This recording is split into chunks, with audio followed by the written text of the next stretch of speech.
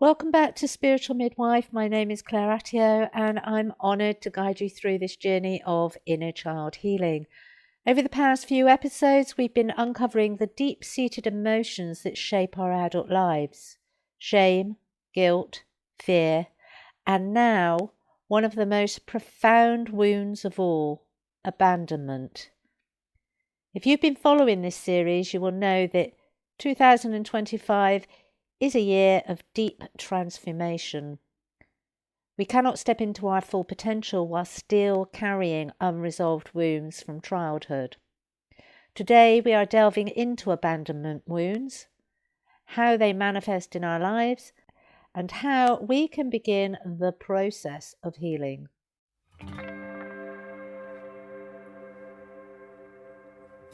Welcome to Spiritual Midwife, the podcast that tenderly guides you through the transformative journey of spiritual awakening and personal development towards the ultimate destination of soul sovereignty. I'm Claire Attio, a medicine woman and dedicated guide to the profound realm of soul sovereignty, and you are listening to Spiritual Midwife.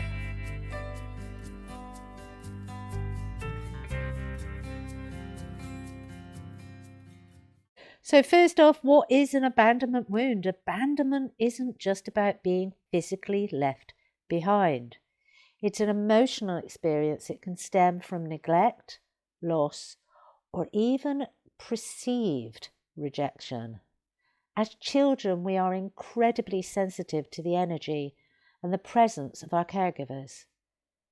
If they were emotionally unavailable, inconsistent, or absent, whether physically or emotionally, we may have internalized a sense of being unworthy of love. This wound doesn't just disappear as we grow older. Instead, it follows us into adulthood, shaping our relationships, self-worth, and a sense of security. It can show up as fear of rejection or abandonment in relationships, people-pleasing to avoid disconnection, difficulty trusting others, emotional codependency, pushing people away before they can leave us, and feeling unworthy or unlovable. If any of these resonate, you're not alone. This wound is deeply ingrained in many of us. But the good news is it can be healed. Abandonment isn't just a thought. It's stored in the body. When we experience deep emotional wounds as children, our nervous system registers abandonment as a threat to survival. I'm just going to repeat that. Our nervous system registers abandonment as a threat to survival. And this means that even in adulthood, minor triggers, such as someone taking too long to reply to a message or a friend cancelling plans, can activate old fear patterns. Our body reacts as if we're being abandoned all over again. And this can lead to feelings of panic, despair, or the need to cling on to others for security. This is where a lot of our anxieties come from. And it's important to recognise these responses as echoes from the past, not reflections of the present. So how do we begin to heal these wounds? In the next few minutes, let's explore some powerful tools that can help you reconnect to your inner child and build a sense of safety and self-worth.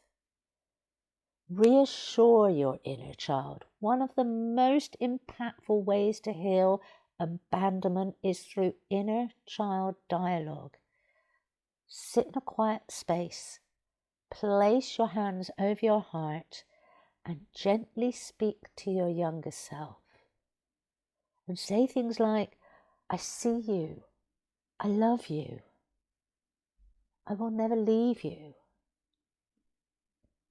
You are safe now. You are worthy of love. I am here for you always. These are just examples.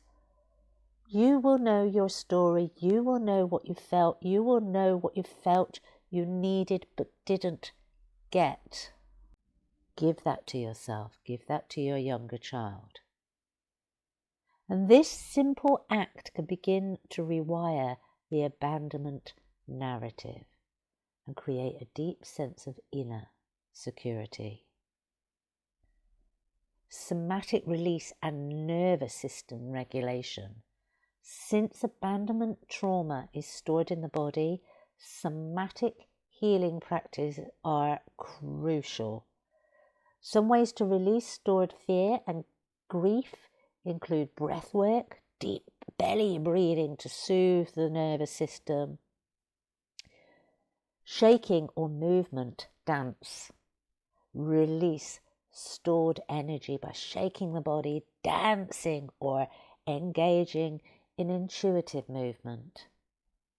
Self-holding practices. Gently hug yourself or place one hand on your heart and one on your belly to create a sense of security. Reframing the narrative. Many of us carry the belief, I was abandoned because I wasn't good enough. But this is not true. The circumstances of our childhood were not a reflection of our worth. They were the reflections of the limitations of those who raised us. Reframing means shifting from I was abandoned to I experienced abandonment, but I am whole and worthy regardless.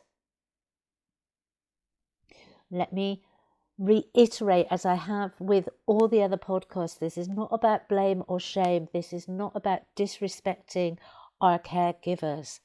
This is about recognizing that they too had limitations.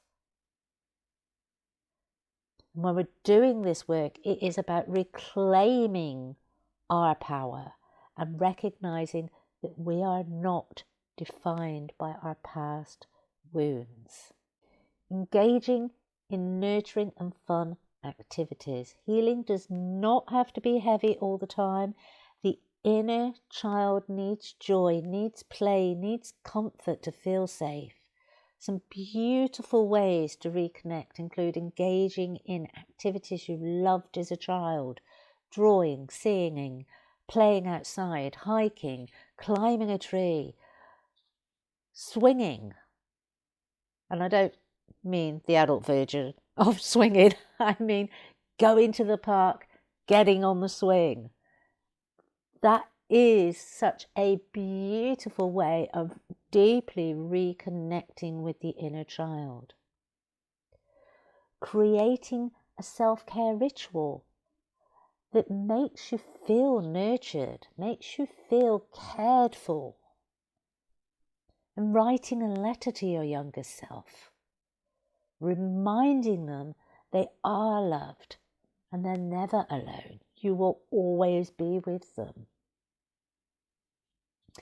And as always, seek support when needed. Some abandonment wounds do run very deep, especially if they're linked with trauma.